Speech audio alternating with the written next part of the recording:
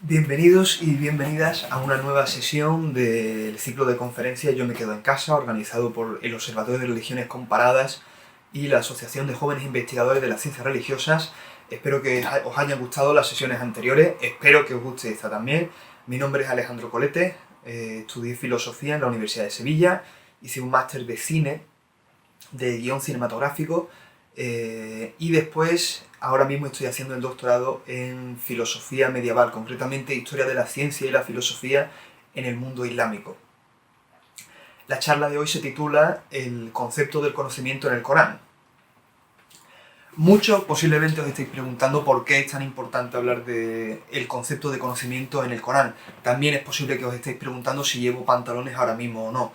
Lo importante del concepto del Corán es que nos puede ayudar a establecer de alguna manera quién fue el público del Corán, quién leía el Corán, y posiblemente nos podamos acercar a la pregunta de cuándo, cómo y por qué el conjunto de textos que hoy conocemos como el Corán fue unido en uno solo. Breve pausa para hablar del Corán.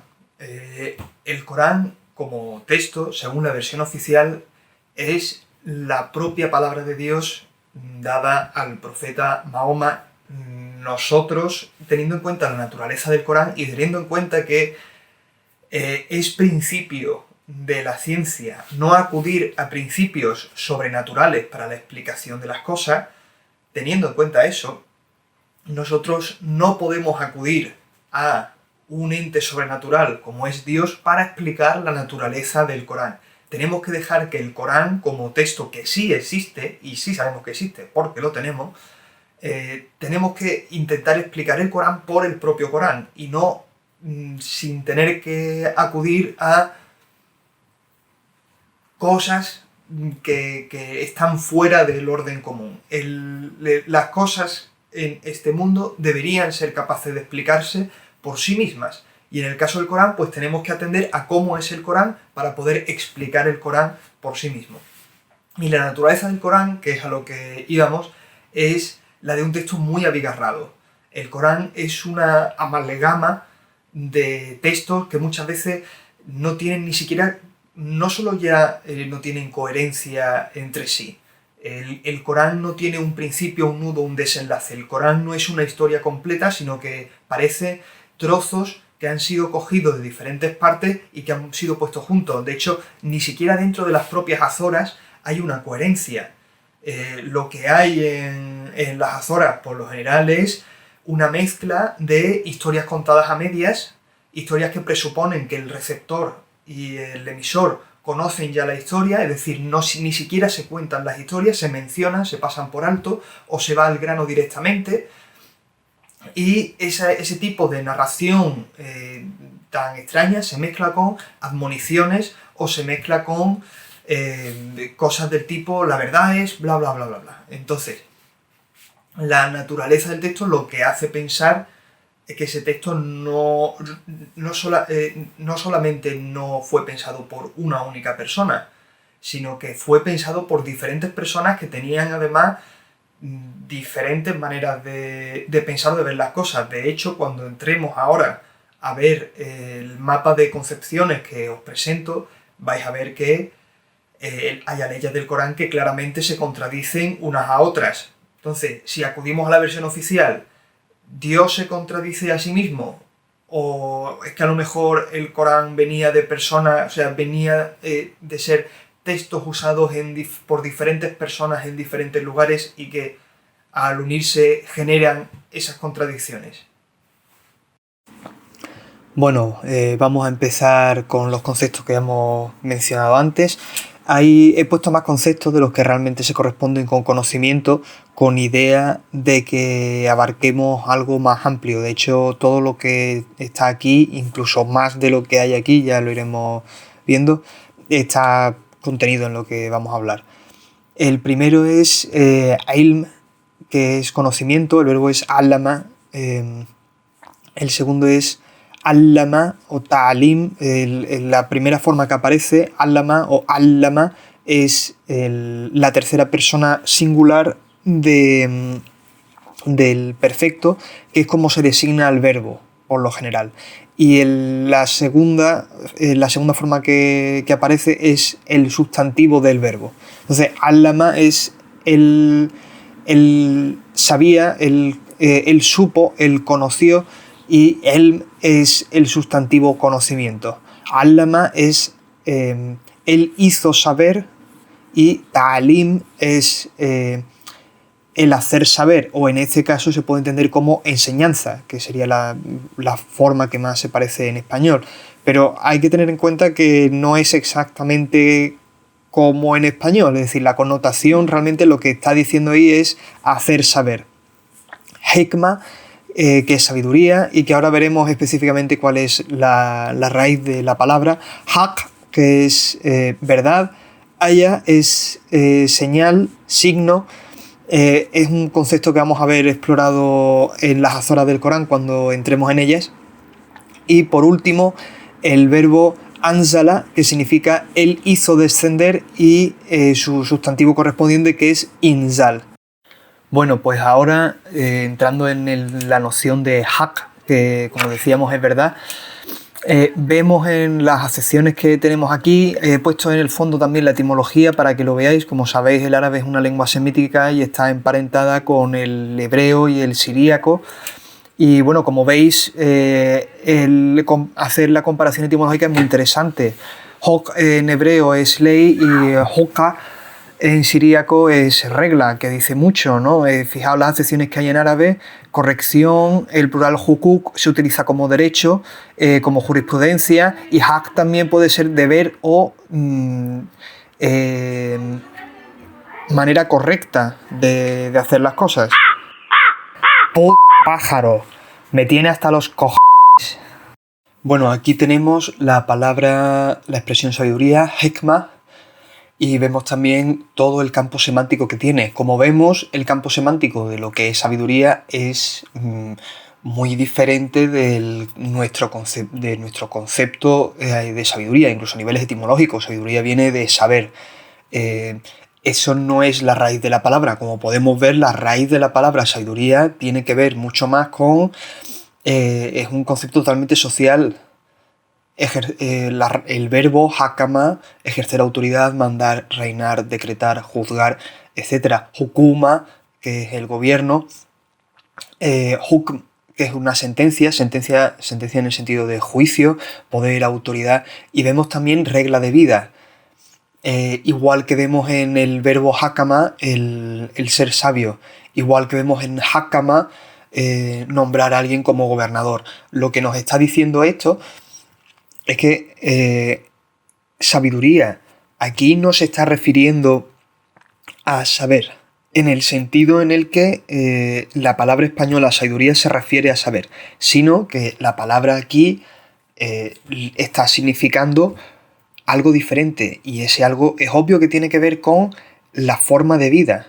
Saber qué hacer tiene que ver con las costumbres, saber cómo comportarse, por decirlo así.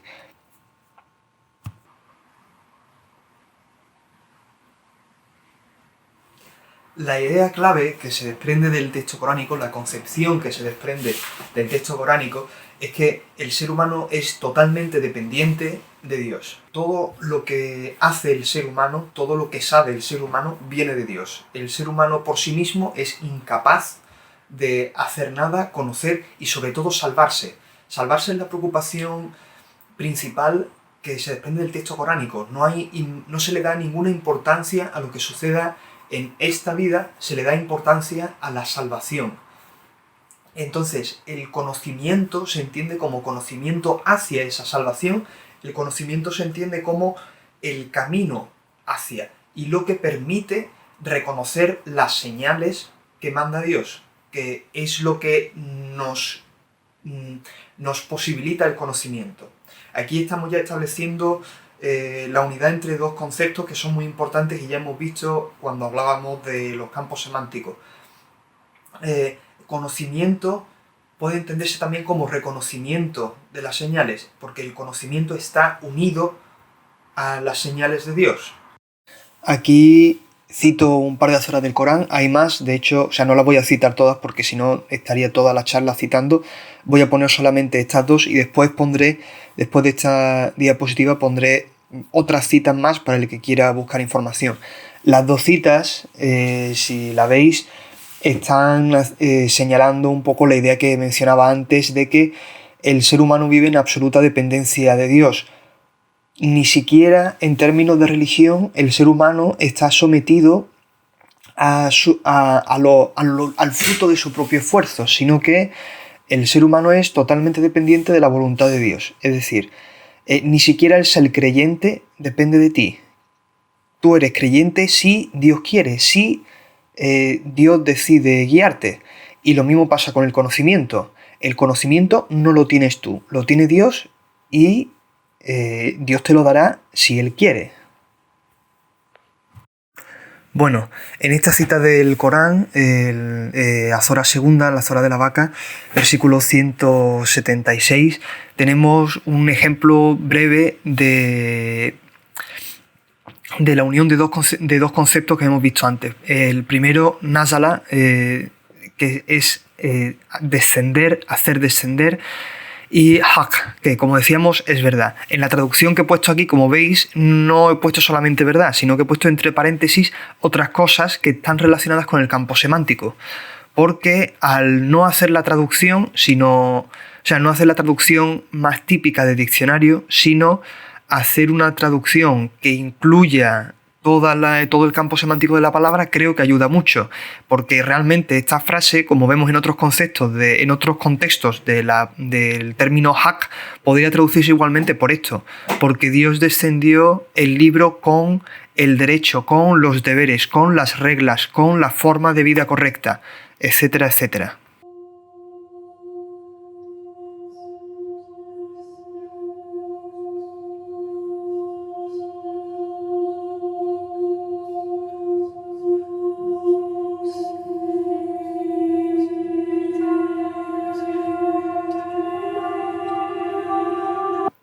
Así pues, volved vuestro rostro hacia la mezquita inviolable. Aquí, Masjid al-Haram, haram, si sabéis un poco de cultura islámica, sabéis que halal es lo permitido y haram es lo prohibido. Haram es un concepto muy amplio, le pasa como al latín sacro. Claro, sacro en latín es lo prohibido y lo tan sagrado que no se puede tocar. En este caso, Masjid al-Haram no es la mezquita prohibida, es la mezquita que es tan santa que no se puede tocar, que es mezquita inviolable, por decirlo así.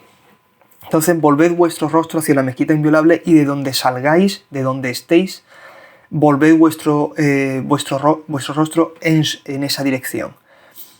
Pues los que recibieron el libro saben que esa es la verdad de su Señor. Es importante aquí dos cosas, más de dos de hecho.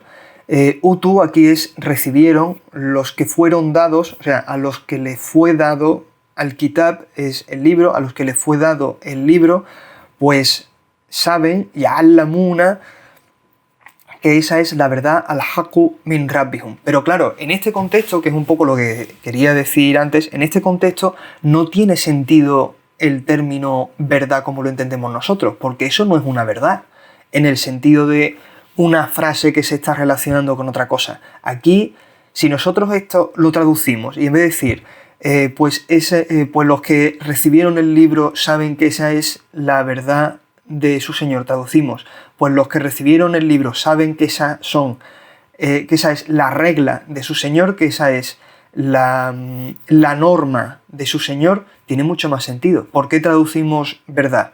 Pues aquí verdad, en la palabra española verdad no tiene ningún sentido, tiene mucho más sentido otras cosas. Porque haq, como hemos visto antes, puede ser deber, puede ser norma, puede ser regla, puede ser derecho incluso.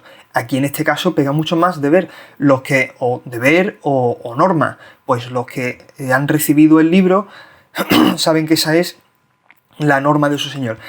Daos cuenta de que la norma no la tiene el ser humano, la norma es recibida. Wa innal ladhina utul kitaba liya'lamuna annahu al-haqqu min rabbihum. los que recibieron el libro. Es decir, tú no eres capaz de sacar las normas, tú no puedes. Es Dios quien tiene que darte a ti las normas.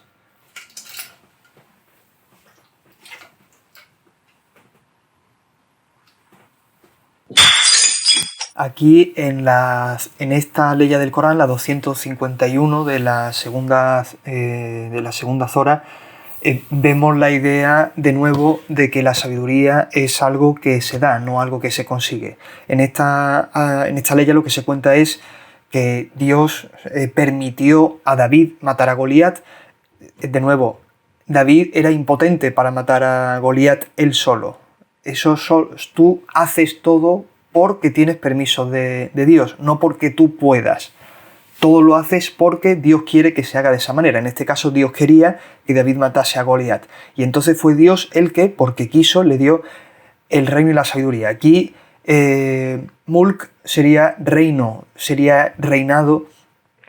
También he puesto entre paréntesis otra alternativa. Y aquí, claro, hikma es sabiduría. Pero claro, es que está hablando del gobierno. Claro, le dio el gobierno, le dio el reino, o sea, le dio el reino físico, el espacio físico donde reinar, y además le dio la capacidad de gobierno, la capacidad para reinar, la capacidad para juzgar, que es lo que decíamos que era etimológicamente el significado de la raíz ha-ka-ma.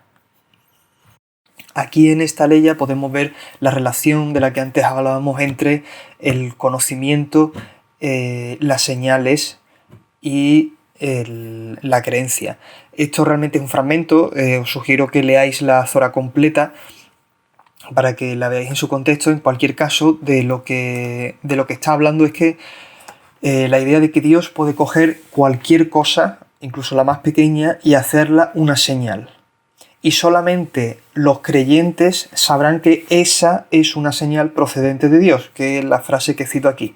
De nuevo, aquí lo que se está diciendo es básicamente que, primero, que conocimiento tiene que ver no solamente con conocer, sino con ser capaz de reconocer. ¿Reconocer qué? Reconocer que eso es una señal de Dios, que eso es algo, en este caso se dice como haq, procedente de su Señor. Incluso para la más pequeña cosa puede ser reconocida.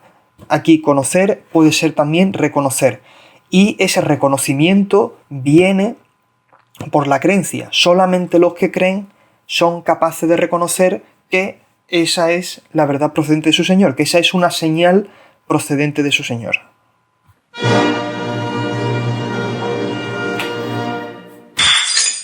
Como conclusión del vídeo podemos decir algunas cosas. En primer lugar, que la noción de verdad y la noción de sabiduría, la noción de conocimiento, son muy diferentes de las que estamos utilizando nosotros, y que cuando estamos traduciendo estamos corriendo el peligro de desvirtuar mucho el campo semántico de las cosas, porque el concepto de verdad que estamos manejando aquí, el concepto de conocimiento que estamos manejando aquí es muy diferente. Verdad está siendo siempre referida a un comportamiento, a una manera de hacer, una manera de pensar, concreta, y que tiene una serie de cosas limitadas.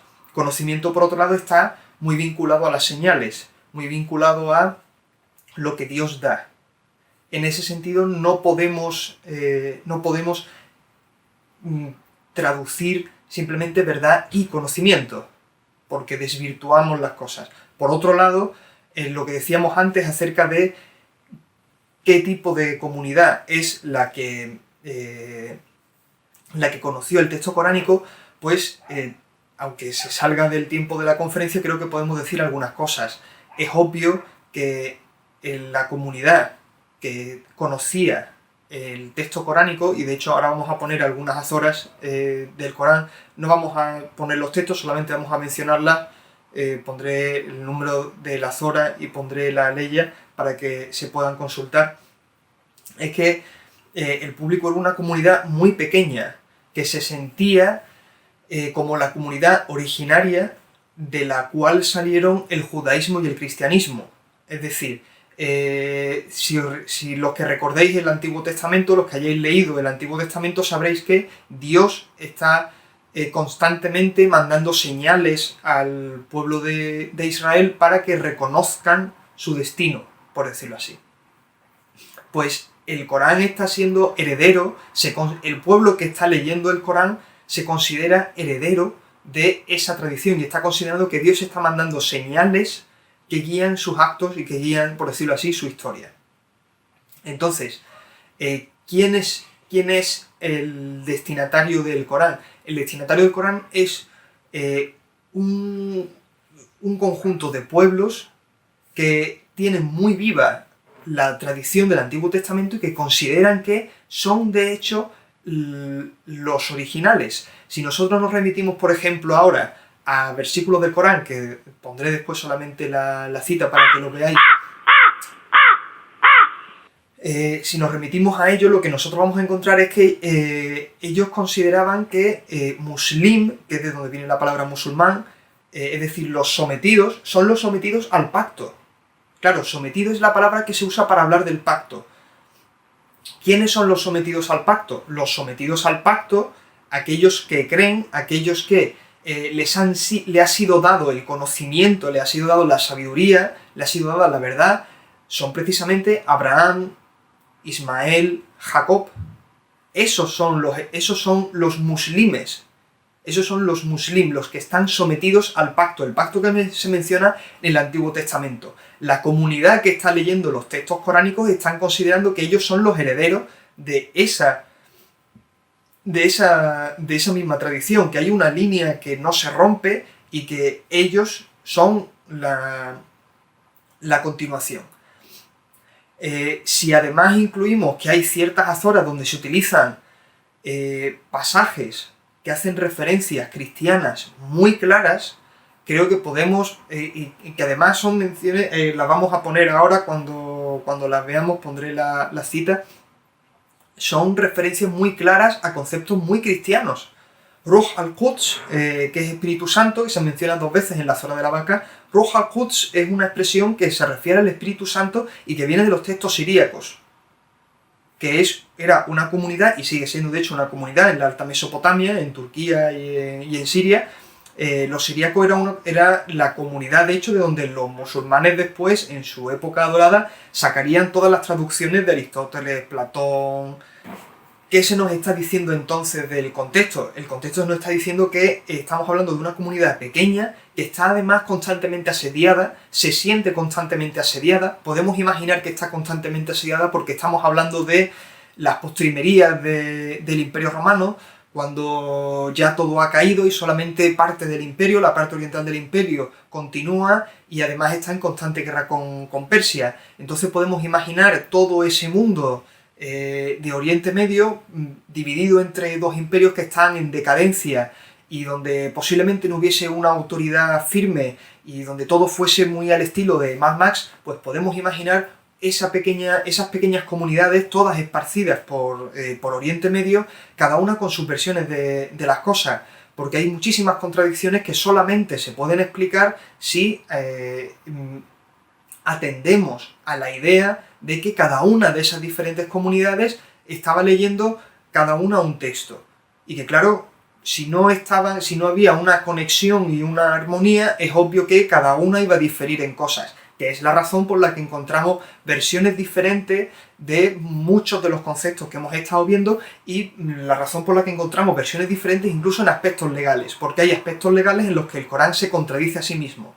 Entonces podemos pensar, o Dios se está contradiciendo a sí mismo, o a lo mejor es que los textos coránicos no vienen de Dios, sino que vienen de una amalgama de pueblos que estaban en Oriente Medio, cada uno con sus propias tradiciones legales, y que cuando el Corán se pone todo junto como un único texto, pues claro, surgen ese tipo de contradicciones.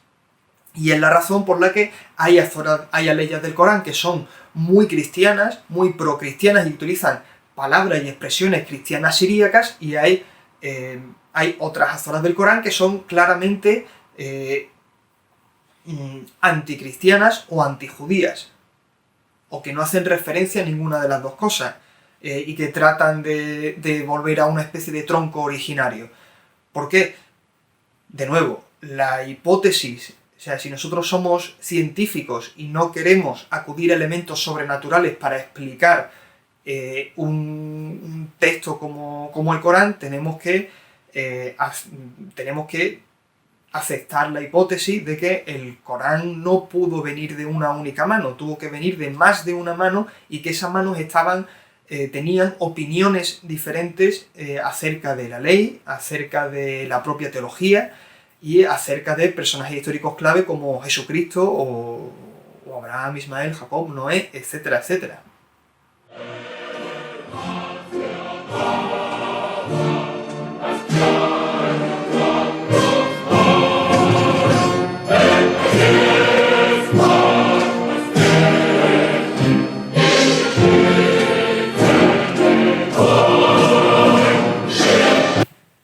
Muchísimas gracias por vuestra atención, espero que hayáis disfrutado de la charla, espero que hayan disfrutado de todo el ciclo de conferencias y espero encontrarlos de nuevo en el Observatorio de Religiones Comparadas o en la Asociación de Jóvenes Investigadores de las Ciencias Religiosas. Asociaos al observatorio mejor. Y nada, muchísimas gracias por vuestra atención.